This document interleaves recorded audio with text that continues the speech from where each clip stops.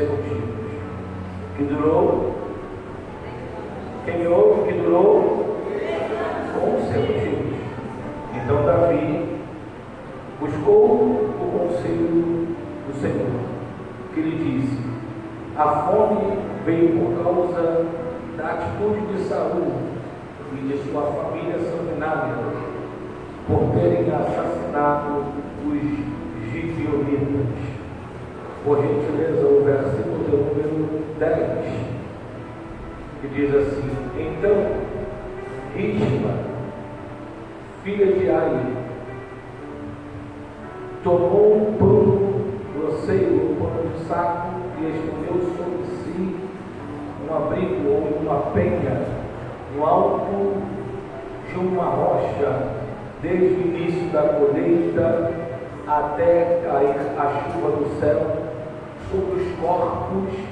Ela cuidou para que as aves de rapina não comessem de dia e protegeu contra o assalto dos animais selvagens à noite. Diga graças a Deus. Podemos tomar assento, segundo o Levantamento de Deus. Eu louvo a Deus uma vez mais por estar aqui, amigos que são incansáveis de estarmos juntos sempre. Né? Rever Patrícia, Néia, é uma honra estarmos aqui. Queridos, sim, nos vai ter longo. Se a gente for agradecer aqui, a gente passa horas aqui falando sobre isso. O texto que nós lemos, ele vai falar do período em que Davi assume o reinado de Israel.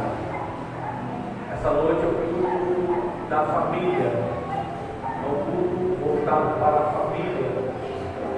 E a palavra do Senhor vai dizer que, como Davi, ele alcança o ápice da sua história, ele recebe a coroa de Israel, ele recebe o que lhe foi prometido aos 17 anos. Davi agora está com 31 anos, e Davi recebe então a promessa de Deus, que havia de reinar sobre todo Israel. Eu gosto muito de falar que quando nós estamos para receber algo de Deus, algo que Deus prometeu, a gente tem primeiramente que tudo vai ser perfeito, porque estamos recebendo o cumprimento de Deus. A gente tem primeiramente que tudo vai a partir de agora dar certo, porque Deus está cumprindo uma promessa, e promessa de Deus é perfeito, é o que nós vamos sempre analisar. Mas o imperfeito às vezes não está no que Deus prometeu, está naquilo que de repente alguém provocou, está naquilo que alguém deixou.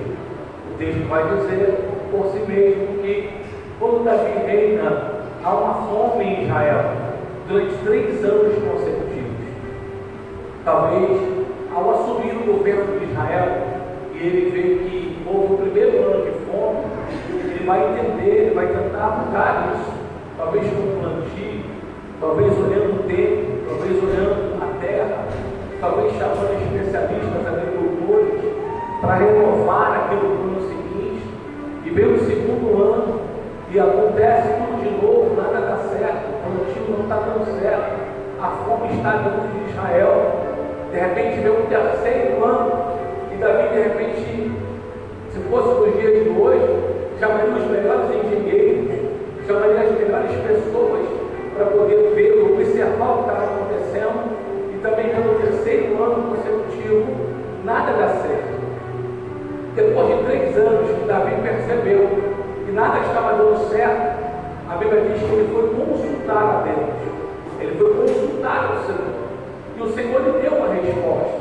Eu entendo aqui que às vezes aquilo que não está dando certo, você não deve persistir antes de perguntar a Deus, você não deve persistir antes de consultar a Deus, porque Davi sofreu 3 anos, porque perguntou depois de 3.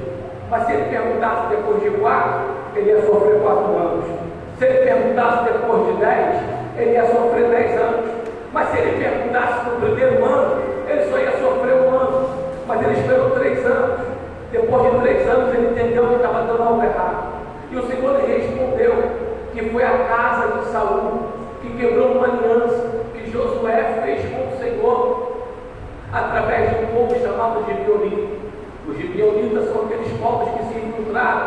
quando Josué venceu Jericó e estava rumo a Canaã, e quando eles se infiltraram, Josué percebe que eles têm uma vestimenta parecida, mas o linguajar é diferente.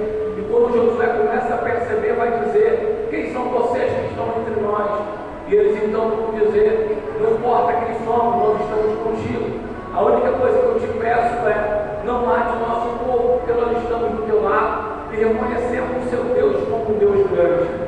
Então Josué vai fazer uma aliança: diga-me quem tu és, que eu não matarei o seu povo. Então eles vão declarar: nós somos os gibeonitas. E eles então vão declarar que são os gibeonitas. E quando Josué faz isso, ele faz uma aliança com o céu. E o céu faz uma aliança com Josué na terra. E os gibeonitas vivem o tempo todo infiltrados no meio do povo de Israel. Tudo que Israel tinha, tudo que Israel conquistava, os gibeonitas consumiam. Os gibeonitas também participavam. Mas agora Saul, ele vai tomar por uma raiva, por uma ira, um problema com este povo, ele vai começar a matar os gibeonitas. Quando se quebra uma aliança com Deus, é o primeiro princípio de tudo começar a dar errado. A primeira coisa que eu vou te ensinar na noite deste dia, a casa da sua família, a casa de muitas coisas que nós estamos vivendo, é que se tem alguma coisa que não está dando errado, o primeiro conceito que eu te digo: busca o Senhor. O segundo conceito que eu te digo: renova a tua aliança com Deus, porque alguma coisa está quebrada, alguma coisa foi compartilhada com o céu. E ele vai dizer: foi quebrada uma aliança, foi tirado algo que foi feito, e agora a terra está semendo. E o Deus que está lá em cima, está escrito no livro de Mateus capítulo 18, que quando dois concordarem na terra, está concordado no céu. Deixa eu abrir um parênteses aqui muito rápido. O pastor fez algumas declarações aqui sobre um curso de pessoas, de obreiros, pessoas preparatórias para o reino, para a obra do Senhor. E ele perguntou: quem vai vir? Algumas pessoas levantaram a mão.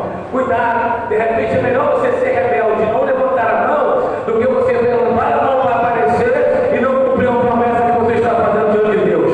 A Bíblia vai dizer no livro do grande sábio Salomão: é melhor não votar do que votar e ser tolo e não cumprir na presença do Senhor. O livro de Salmo vai dizer: cumpra na presença de Deus o seu voto e na presença dos seus inimigos, para que não sejais envergonhados. Hoje em dia nós estamos quebrando uma aliança com Deus muito fácil, estamos desistindo das coisas com muita facilidade, não estamos consultando a Deus para o que nós vamos fazer, estamos tomando diretrizes, estamos tomando percurso cujo nosso pensamento, cujo nosso sentimento está nos designando. Hoje nós podemos dizer que por muitas vezes nós conhecemos alguém e por muitas vezes talvez estamos aqui nessa noite vivendo isso, que há caminhos que parecem ser bons aos homens, mas o final dele é caminho de morte. Então a Bíblia vai dizer que quando Saul toma essa oportunidade, ele vai achar que está fazendo bem, ele vai achar que está limpando Israel, só que ele vai deixar o reinado de Davi um problema muito grande. E quando Davi vai assumir o problema, vai assumir o reinado, ele vai se deparar com uma situação que Deus vai dizer que está sendo quebrada uma aliança. Agora Davi vai buscar os gibeonitas.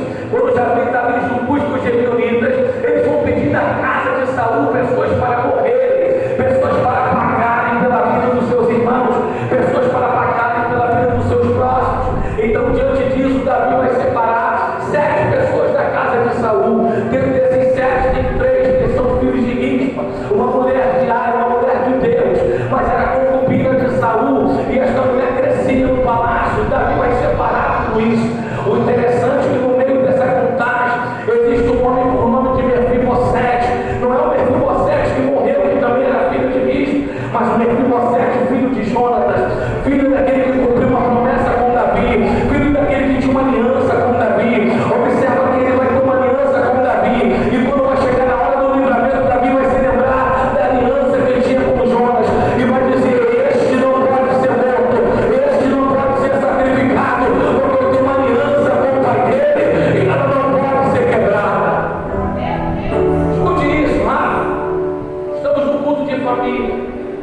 As nossas atitudes como pai, mãe, esposa, esposo, elas podem trazer consequências para dentro da nossa casa e para a nossa genealogia, ou para quem está em volta de nós, que às vezes somos inconsequentes em pensar no que estamos fazendo.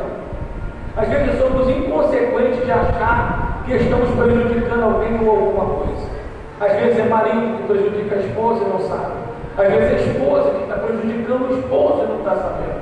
Às vezes são filhos. Às vezes são os pais na criação dos filhos. Observa que quando Jonathan vai fazer uma aliança com Davi, vai dar entendido na Bíblia que ele traiu o pai e ficou ao lado do seu inimigo, que era Davi. Saul era inimigo nato de Davi. Só que Jonathan vai ficar com Saul, com Davi, e não vai trair o pai, ele vai ser amigo de Davi. Porque Jonathan não está percebendo que aquela aliança pode salvar alguém da sua casa no futuro. Eu vou repetir isso aqui para você entender. O que para nós é uma traição, Jonathan está pensando na promessa de Deus. Porque ele está vivendo com o pai, mas está entendendo. Deus já tirou o reinado do papai, mas Deus já colocou o reinado em Davi. Eu não estou traindo meu pai, eu estou salvando o futuro da minha geração. Eu estou contando o futuro da minha família. Eu estou salvando o futuro daqueles cujo eu estou buscando da minha genealogia. Se a gente ler o texto, o intuito do texto é empolgar, não. O intuito é que aquilo ali vai trazer traição. Porém, o que vamos perceber é que quando está alguém na hora da morte, está classificado ali, Mefibosete. E ele vai dizer, não, esse não, eu tenho uma aliança com o pai dele. Então escuta, aquilo que você planta hoje, talvez você não vai colher. Talvez aquilo que você está plantando aqui nessa igreja hoje, talvez não seja o direito da tua colheita. Mas acredite, a aliança que você faz na presença de Deus hoje pode trazer resposta para a tua genealogia, pode trazer resposta para os teus filhos, pode trazer resposta para os teus netos, quem sabe até para os teus bisnetos, e você não vai participar, mas talvez lá na frente alguém vai contar a história. O povo estava no culto, e a lei dos filhos de meus filhos, e estava orando por mim, a vida estava no culto, e estava orando por mim. O problema é que às vezes ficamos imperceptíveis com isso. E essa mulher vai tomar uma atitude que ninguém tomaria. Porque mãe nenhuma quer ver os seus filhos morrer. Mãe nenhuma quer ver os seus filhos sendo sacrificados. Só há duas pessoas na Bíblia que viram isso. A primeira pessoa que viu isso foi Rispa. A segunda pessoa que viu isso foi Maria. Só que Maria viveu diante de um propósito. E Rispa viveu diante de uma tristeza, de uma lamentação, porque o seu esposo, o vulgo esposo, Saul, cometeu um delito. O erro do pai trouxe morte para os filhos. Eu vou repetir isso aqui para você entender. O erro do pai trouxe consequência para os filhos. Eu vou repetir pela terceira vez para você não esquecer. O erro dos pais pode trazer consequência para os seus filhos. Talvez você viva, errei, está tudo tranquilo. Deus me perdoou, já até esqueceu, não paguei por nada. Talvez você não vai pagar, talvez você vai até ser recebido, mas a consequência do que você plantou de mal pode influenciar a vida dos seus filhos. E agora os filhos de Saul são providenciados em morte. Serão todos enforcados na terra de Gibeon, no alto do monte. Na mente deles, eles também estão sacrificando para Deus. E enquanto isso está acontecendo, uma mulher vai pegar um pano de saco, vai se vestir, vai se colocar sobre uma rocha e vai assistir a decapitação, vai assistir a morte dos filhos. Mas enquanto os filhos estão morrendo, eu vou conjecturar, porque isso não é um texto bíblico, eu não tenho como te afirmar tudo isso, mas no hebraico está dizendo o que esta mulher está dizendo. Eu sei que não vai ter escape da morte, porque foi Deus que deu. Porque Davi vai dizer que foi Deus que me permitiu. Mas ela vai dizer uma coisa, eu vou pedir que os meus filhos tenham um enterro digno de rei, tenham um enterro digno de príncipe, ao lado do rei, ou ao lado do pai. Enquanto isso, essa mulher vai tomar uma atitude, vai ficar sobre a pena e vai olhar para o sacrifício dos filhos, dos seus enteados. Todos estarão ali, são 7 filhos, 7 irmãos, todos sendo mortos de uma só vez. E esta mulher vai tomar uma atitude que depois de morto, ninguém tomaria, porque depois de morto, estas pessoas vão ser sepultadas, mas ninguém tira eles da forca. Essas pessoas deveriam ser sepultadas, mas está acontecendo algo em Israel que foi errado, mesmo com os erros de Saul.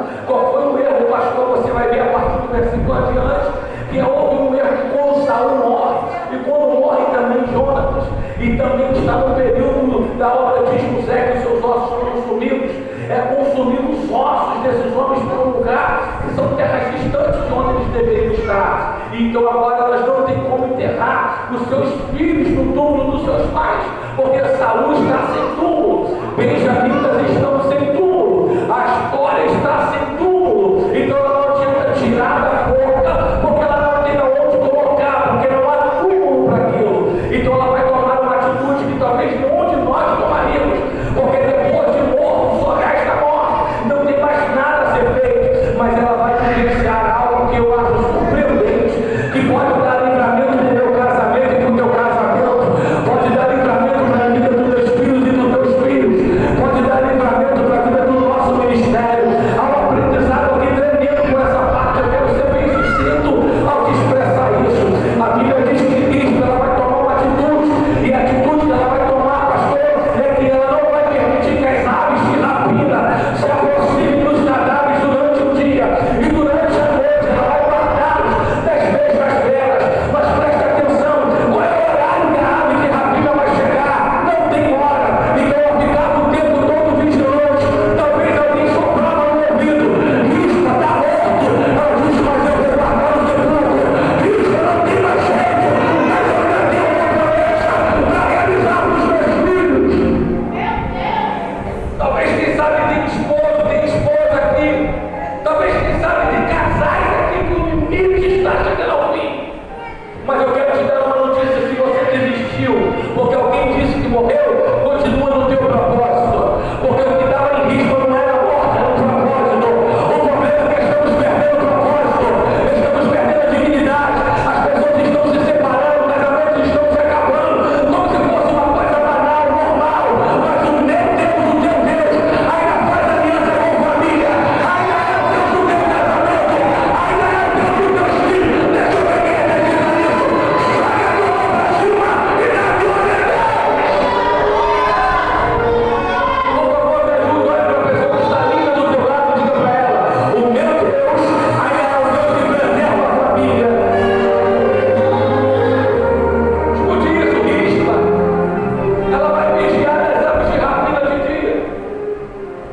Nós sabemos que as aves de rapina naquela época eram porcos, corujas e gaviões. E as bestas feras da noite? Quando a Bíblia fala de bestas feras, fala de leão, de urso.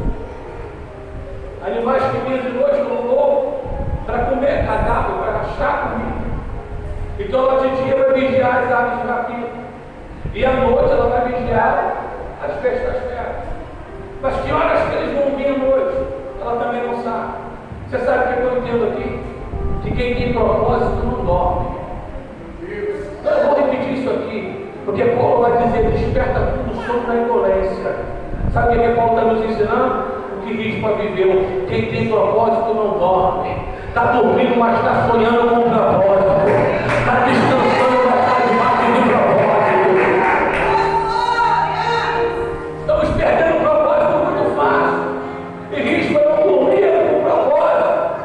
Mas uma vez eu digo, talvez alguém dizia para ela: Rispa, acabou. Aí disse: mas eu tenho um propósito. E quando o Rispa toma essa atitude, a Bíblia vai dizer que ela vai esperar a chuva cair sobre os cadáveres. Deixa eu te narrar isso aqui muito rápido. Quando acontece isso, estamos no mês de abril. Mês de abril do grego da Bíblia está dizendo que é o mês de abril. Mês de abril, mês 4. Mês de abril, mês 4.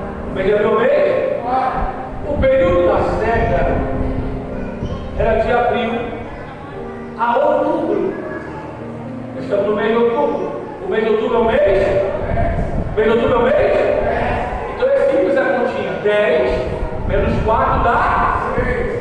Então quantos meses Rispa ficou vigiando ossos? Quantos meses Rispa ficou vigiando cadáveres? Quantos meses a Rispa ficou em jejum?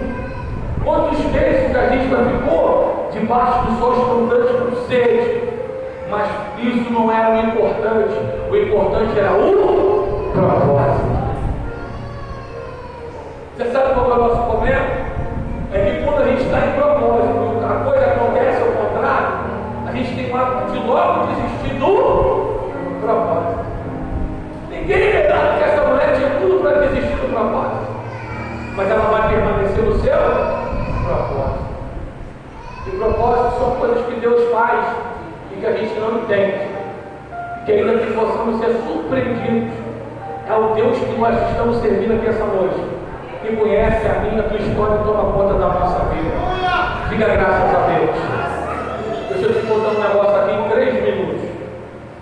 Preste atenção, eu tenho até 9h35. 3 minutos eu quero te contar isso. Falando de família, no ano de 2021, no mês de outubro de 2021, eu tomei uma atitude, porque eu realizei uma campanha na igreja, onde eu congregava, e nessa campanha tiveram 34 milagres, das quais 9 mulheres se engravidaram, muitas não poderiam ter filho. Uma delas estava com risco e numa virtude médica que não teria condições de engravidar, era minha própria cunhada, Nilce, filho do Giovanni que veio à terra, o último dele, Davi, e a minha esposa não engravidou. Abençoamos a vida de muita gente, e a minha casa crescendo. Há 20 anos, recebendo uma promessa de Deus que nós teríamos filhos. Todos os meses, a luta era a mesma. Chegava o período da regra, era dia de tristeza, era como se fosse a regra do velório. Chegava o período da regra da minha esposa, era como se a gente estivesse em velório dentro de casa. A tristeza nos abatia, e de repente chegou um pensamento no meu coração, medíocre, maligno, que eu pensei em me separar, chamei minha esposa, conversei e disse que a gente ia se separar. Por eu ser mais velho, ela ter sonho de ser mãe, eu disse: você vai seguir uma vida, você vai arrumar uma outra pessoa, ainda dá tempo de você gerar e ser mãe. E nesse período a gente teve um processo muito grande, que na verdade começou em setembro, assim que acabou a campanha. E a gente faz parte de um projeto chamado Projeto Radical, um projeto diferente, e esse projeto nos ajudou muito. Dentro desse propósito, a gente tinha que fazer um trabalho nesse projeto, e eu falei: eu não vou mais, porque eu não vejo uma resposta de Deus na minha casa e tal. E enfim, eu estava decidido a me separar da minha esposa. E no mês de outubro teve uma festa na igreja, onde uma pastora foi convidada, e a minha esposa estava cabisbaixa no som da igreja, e a pastora então olhou para ela e disse assim: filha, não turbe o seu coração, creis em Deus, porque o que Deus te prometeu, Ele vai cumprir. Isaac virá, porém Ismael vai chegar primeiro. Aí que eu fiquei mais doido ainda, porque nós sabemos que Ismael é filho de Agar, com Abraão, quem deu foi Sara.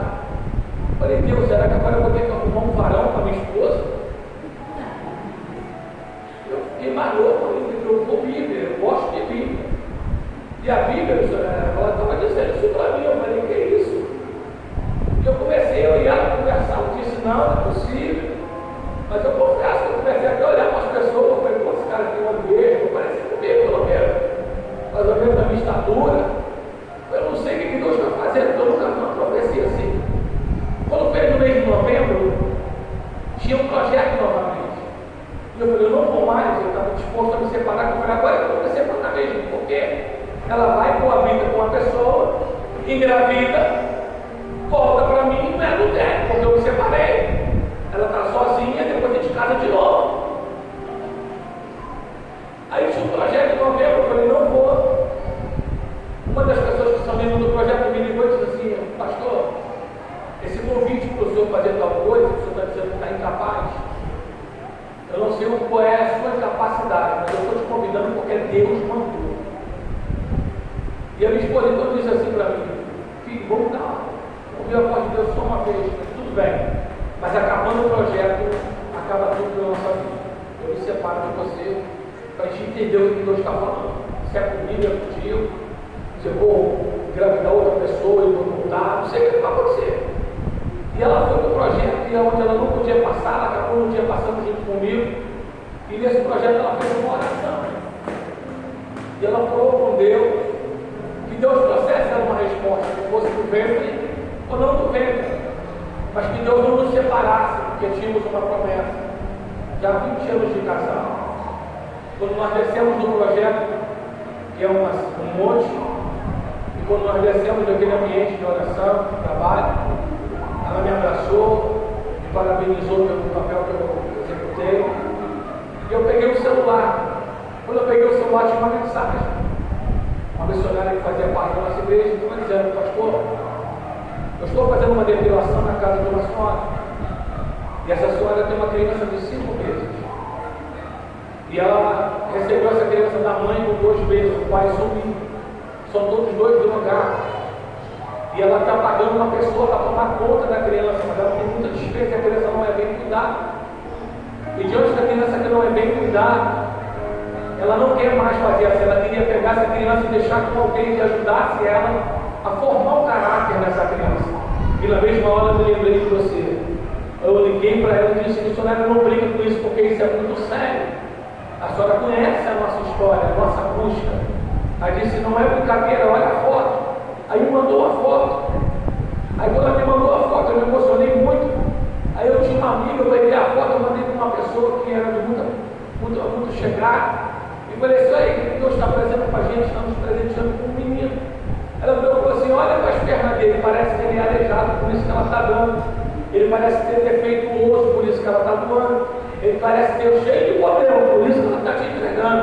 Eu disse: deixa eu te falar, você não está entendendo. Eu disse que quem está me entregando é a avó, é a mãe, é a tia, é o pai. Eu estou dizendo que Deus é quem está dando. Quando Deus está, não importa como vem, Ele tem o seu propósito. Você pode levantar a mão e glorificar pelo teu esposo, glorificar pelo seu filho, glorificar pela sua esposa. Está cheio de defeito, mas foi Deus que te deu. Ele sabe o que está fazendo. Está cheio de problema, mas foi Deus que te deu. Ele sabe o que está fazendo.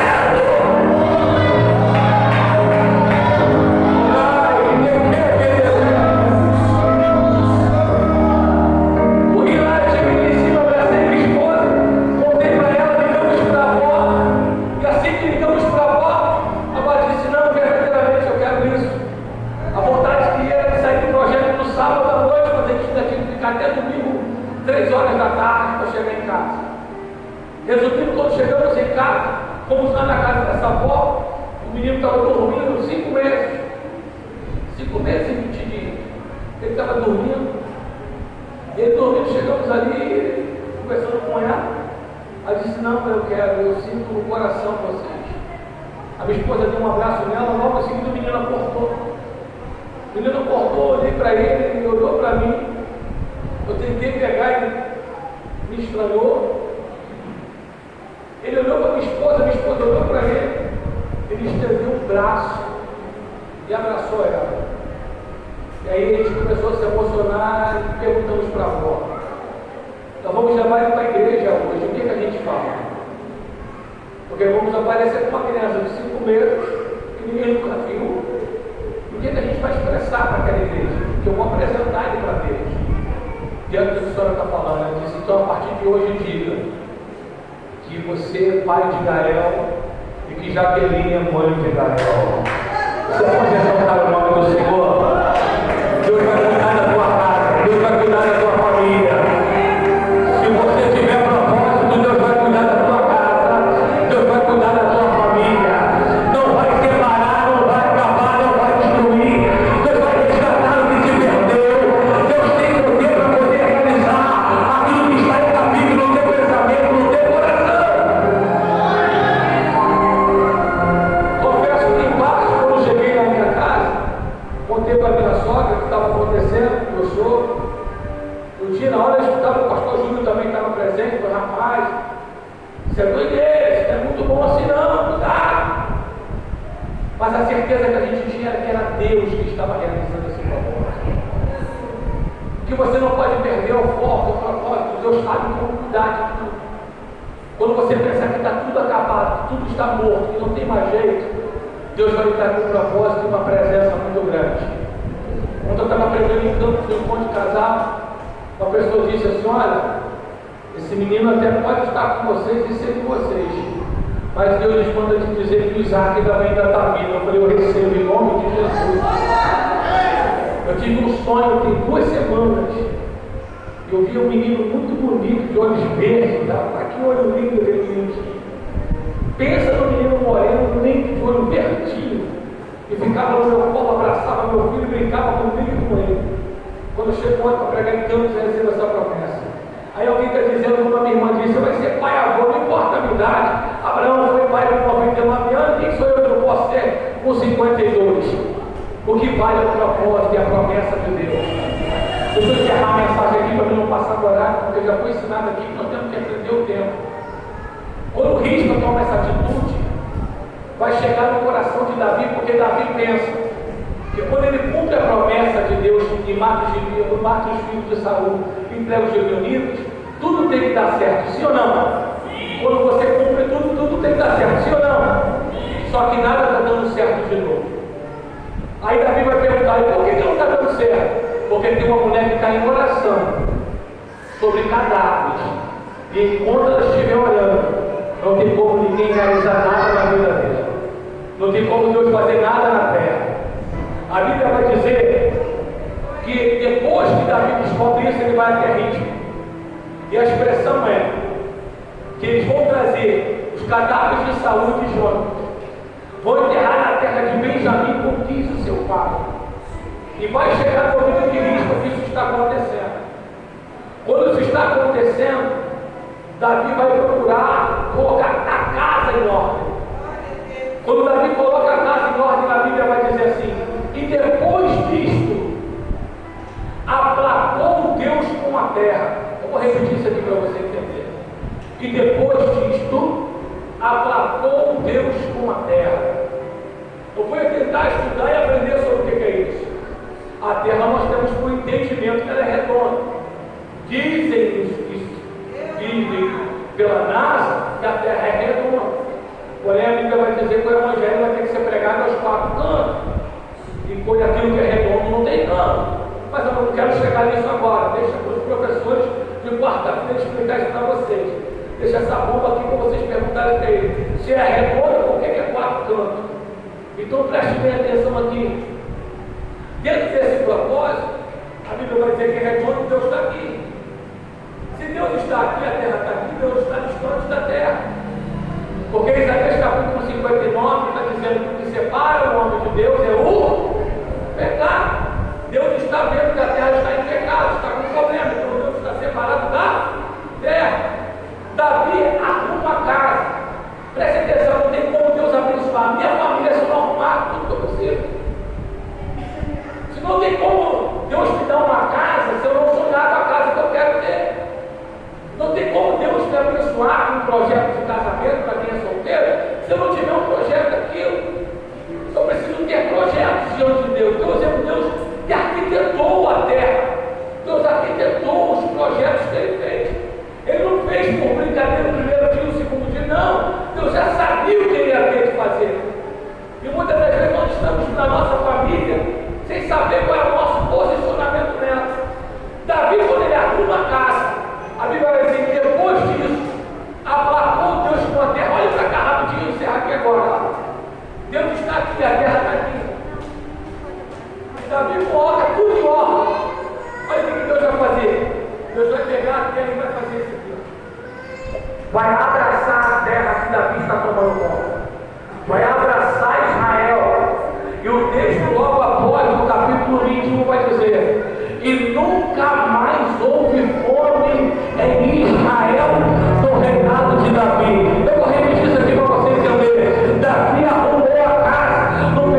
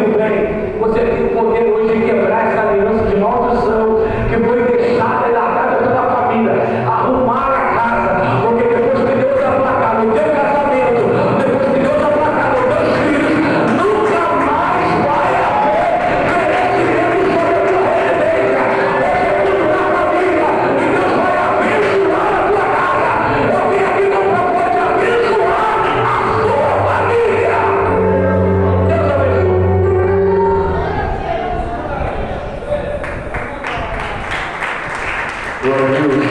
Quem louvou a Deus essa noite, diga amém. Quem